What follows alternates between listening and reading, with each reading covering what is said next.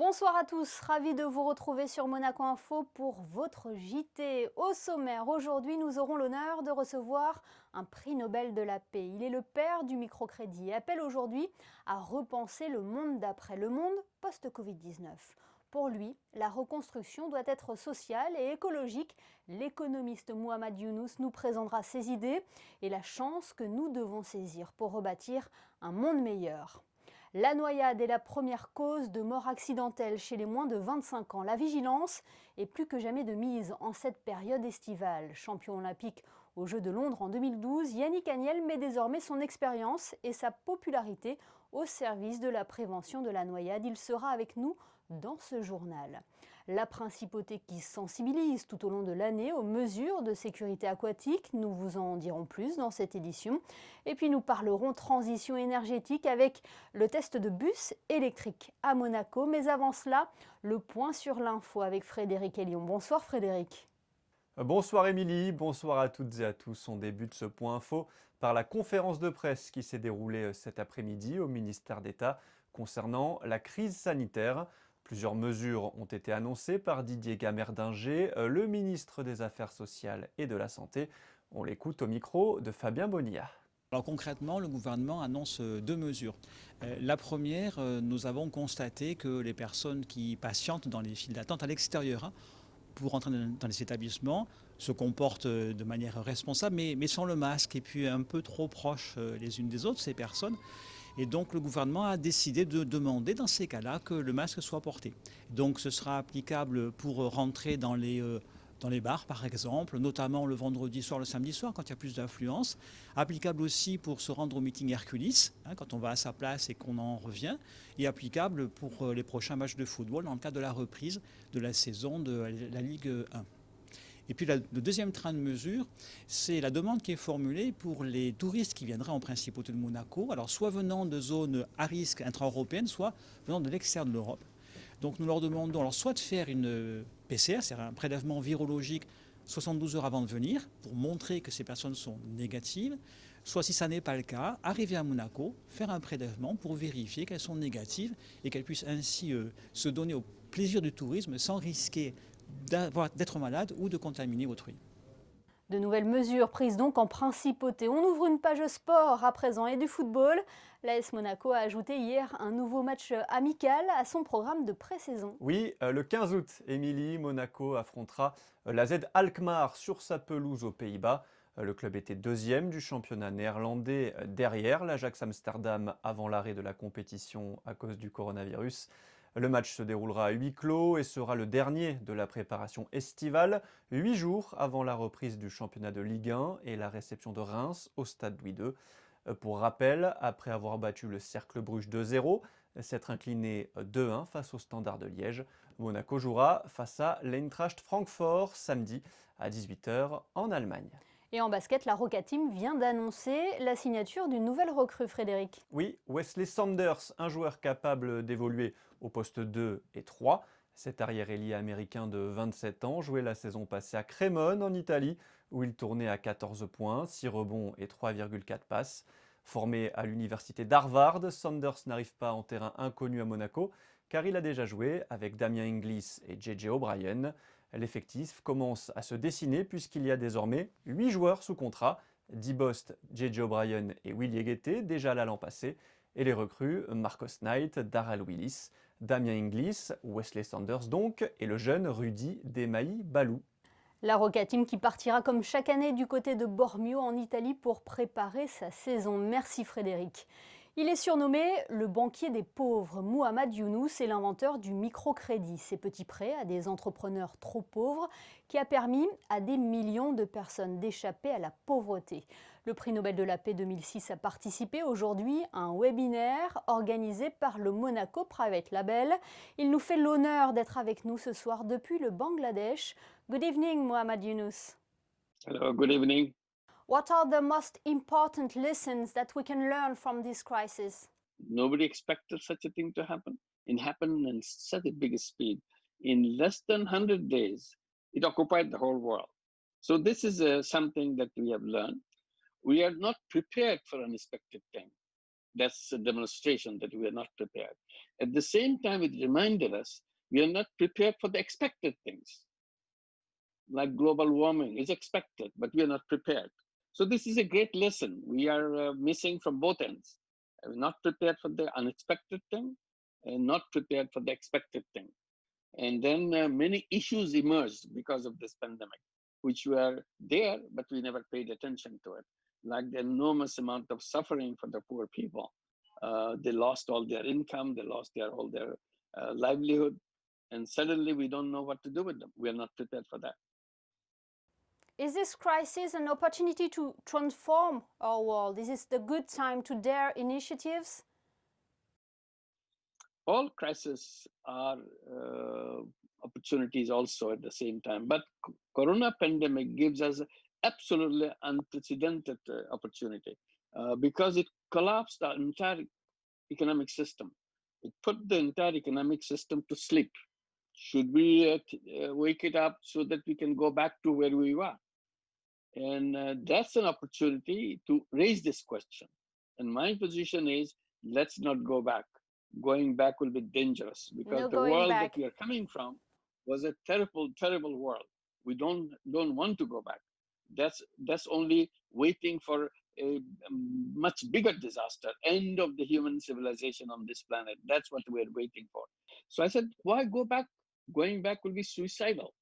So this is an opportunity to go in a different direction, where there'll be no global warming, there'll be no wealth concentration and everything else.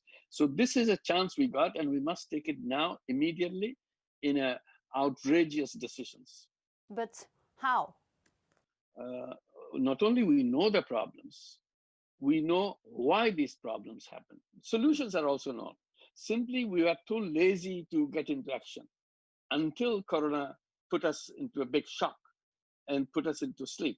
Then we know that now we have an opportunity because we are rushing in a train going to disaster. Now Corona has stopped the train. And all the world can develop that strategies, even the poor countries? It's not about poor country or rich country, it's about survival.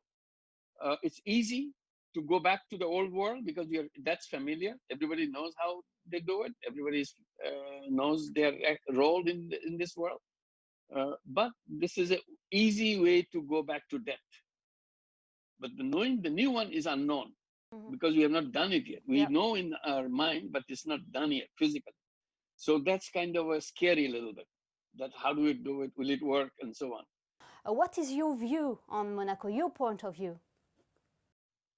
Monaco can give moral leadership and raise the voice that, look, this makes sense. Let's get together.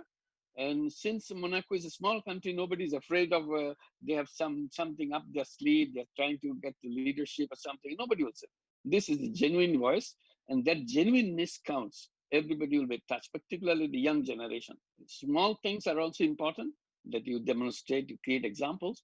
This time, your voice can be a global voice, can be turned into a global voice. That moral leadership is extremely important. Muhammad Yunus, thank you very much for being with us. Thank you for inviting me. Et Muhammad Yunus nous parlait justement d'environnement et de réchauffement climatique. Monaco s'est engagé à réduire de moitié son empreinte carbone avant 2030. Différentes actions sont menées afin d'atteindre cet objectif, notamment dans les transports. Depuis la mi-juillet, 2 bus électriques sont testés sur les routes monégasques. Sandrine Nègre, vous vous trouvez d'ailleurs devant l'un d'entre eux. Et vous allez pouvoir le constater d'ici quelques secondes à peine. Premier avantage de ce bus électrique qui arrive du Luxembourg, l'absence totale de bruit, car forcément le moteur n'est pas traditionnel. Effectivement, il y a une certaine absence de bruit, mais il y a surtout le confort de conduite. Alors, nos chauffeurs sont habitués à un certain type de bus, puisqu'on a quasiment tous nos bus du même constructeur depuis un certain nombre d'années. On a eu l'occasion de tester une petite dizaine de constructeurs différents sur les bus électriques. L'impression générale est toujours un grand confort de conduite, sachant quand même que le bus électrique, son intérêt premier, c'est l'absence d'émissions sur le réseau dans lequel il roule. Donc, à part pour sa fabrication, qui doit être prise en compte évidemment, et son recyclage, quand il roule, il n'émet aucun polluant. En tout premier, il faut qu'il soit adapté à notre réseau. Il y a notamment des gyrations un peu particulières sur le réseau de Monaco. Les rues sont étroites, les virages serrés, donc il faut qu'ils puissent s'insérer. 2 bus électriques testés donc sur la période estivale jusqu'à la mi-septembre. La transition vers l'électrique, c'est un passage obligé. La question est de savoir comment nous allons le réaliser. La technologie aujourd'hui évolue et l'objectif de ces essais, c'est mesurer quel est l'état de l'art et qu'est-ce que l'on peut espérer pouvoir choisir comme véhicule pour encore accélérer cette transition énergétique. Ce bus devra être rechargé la nuit au cœur de la compagnie des autobus de Monaco qui se trouve du côté de Fontvieille. Merci Sandrine pour toutes ces précisions. Depuis sa création en 2012, la Fondation Princesse Charlène de Monaco a pour mission principale de sauver des vies en luttant contre la noyade. Elle a mis en place plusieurs programmes à travers le monde, mais également ici, en principauté, comme la formation au sauvetage aquatique. Je vous propose d'écouter Pierre Frola à ce sujet. Il est au micro de Frédéric Elion. Comment ça se passe, un cours type finalement de sauvetage aquatique? Qu'est-ce que vous faites faire aux enfants? En réalité, ce n'est pas une séance, mais ce sont des cycles. Ce sont des cycles de 7 séances au niveau scolaire pour les classes de 5e. Chaque enfant vient avec sa classe et va suivre durant ces 7 séances tout un cursus qui va lui permettre d'apprendre déjà les gestes de premier secours en mer pour aller secourir quelqu'un. Pouvoir le ramener, et ensuite il y a à la fin de ce que l'on appelle le programme de l'Ocean Racer, un module où il y a un examen à passer et bizarrement tout le monde le réussit, où on passe un diplôme, le diplôme de jeune sauveteur aquatique de Monaco. Et pourquoi est-ce qu'on a créé ça, avant que vous me posiez la question? Tout simplement parce que d'après l'OMS, l'Organisation mondiale de la santé, entre 320 000 et 340 000 personnes décèdent chaque année de noyades, et pour la plupart ce sont des enfants de moins de 5 ans. Et dernièrement, la Fondation Princesse Charlène a lancé une campagne de prévention aux noyades. On vient de le rappeler, les enfants de moins de 5 ans en sont les principales victimes. Les adultes sont également concernés car la noyade est la première cause de mort accidentelle chez les moins de 25 ans. Pour sensibiliser la population, la Fondation Princesse Charlène peut compter sur ses ambassadeurs. L'un d'entre eux est avec nous ce soir. Il est double champion olympique et triple champion du monde de natation. Bonsoir Yannick Agnel. Bonsoir. On vient de rappeler votre palmarès. C'est une suite logique pour vous mettre votre expérience et votre popularité au service de la prévention? Oui, je pense que c'est la logique des choses et je pense qu'on a loupé d'ailleurs un embranchement. Nous, les anciens nageurs, nageuses de haut niveau, notamment en France, étant donné la problématique justement de noyade qu'on a au moins en métropole et de par le monde. Donc c'est un juste retour des choses. Quelles sont les recommandations pour éviter tout risque de noyade selon vous? Alors, il y en a beaucoup. Le premier, ça serait d'apprendre dès le plus jeune âge, évidemment, à nager, ou en tout cas d'être en sécurité dans l'eau et d'apprendre à se sortir des milieux aqueux de façon la plus aisée possible. À partir de quel âge on peut apprendre à nager? Depuis le plus jeune âge, je pense, depuis à l'âge de 2-3 ans, vous pouvez commencer directement. Tout à fait. Tout à fait. L'idée, c'est d'être, même avant ça, on sait que les bébés flottent. Donc l'idée, c'est vraiment qu'ils se sentent en sécurité ou en tout cas à l'aise dans l'eau le plus tôt possible. Je pense qu'ensuite, le deuxième élément, ça va être d'être vigilant, notamment pour les parents, on le sait, et notamment ceux qui ont la chance d'avoir une piscine à la maison. En règle générale, quand les enfants ont commencé à avoir leur première leçon de natation, on a une baisse de vigilance puisqu'on se dit que enfin, voilà, ils sont un peu plus en sécurité. C'est complètement faux. Et on baisse la garde. Il va falloir, voilà, absolument rester vigilant jusqu'au bout. Yannick, comment on peut expliquer justement que des enfants ou des adultes ne savent toujours pas nager? Je pense qu'il y a plusieurs raisons à cela. La première étant que dans plusieurs territoires, ce n'est pas la priorité quand on n'a pas justement de plan d'eau, de piscine municipale, de lac ou je ne sais quoi à porter. Ce n'est pas intuitif de se dire qu'il faut absolument apprendre à nager. Donc ça revient finalement aux parents et les parents, encore une fois, voilà, ce n'est pas forcément intuitif pour une partie d'entre eux. Donc oui, je crois qu'il faut relancer massivement un plan d'apprentissage de natation. Il s'agit de la sécurité nationale, en fait, tout simplement.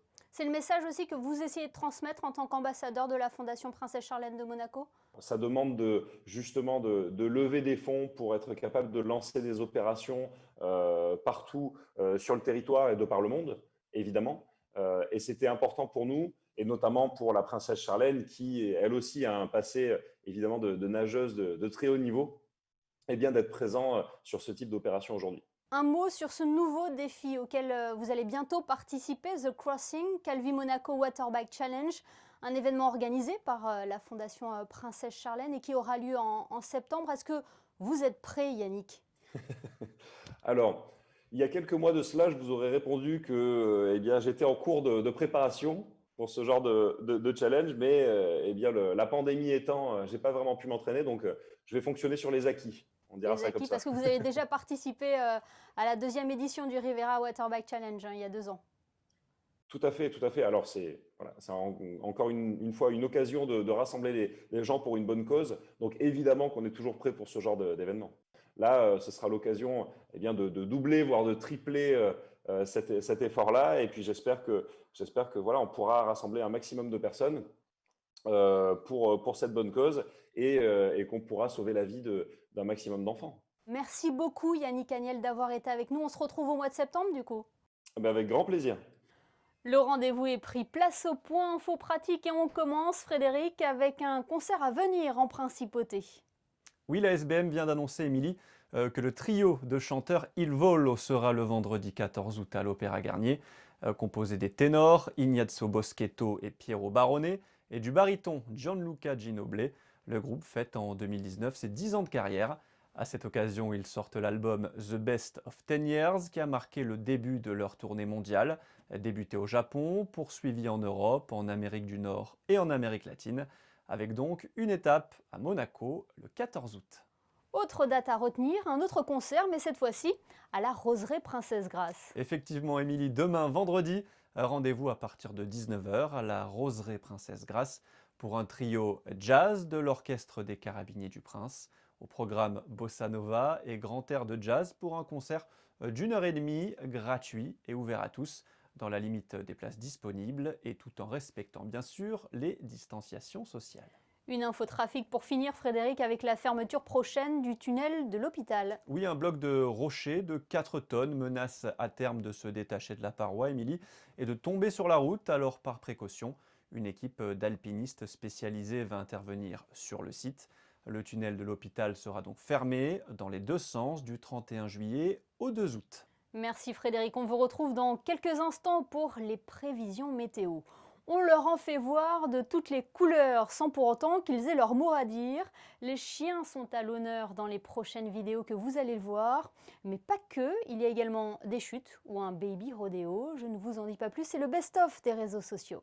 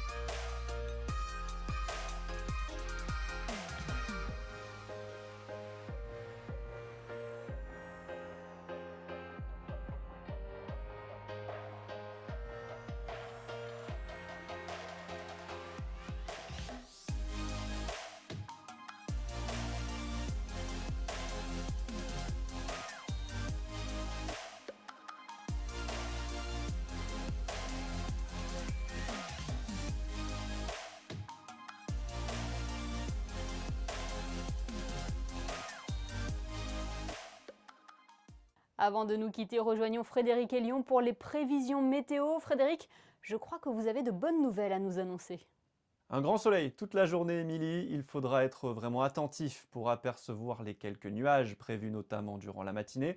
Côté température, il fera toujours aussi chaud avec 23 degrés prévus le matin et 29 l'après-midi. Pour les amateurs de plage, l'eau sera à 26 degrés. Le soleil se lèvera à 6h17 pour se coucher à 20h56. Vendredi 31 juillet, nous fêterons la Saint-Ignace. Merci Frédéric et merci à vous de nous être fidèles chaque soir sur Monaco Info. L'actualité continue sur nos réseaux sociaux où vous pourrez notamment retrouver les nouvelles mesures de précaution prises par le gouvernement princier en raison de l'épidémie de coronavirus. On se quitte en images avec les photos de Michael Alési qui vous propose un tour en bus électrique. Le bus où le port du masque est d'ailleurs obligatoire. À demain pour une nouvelle édition sur Monaco Info.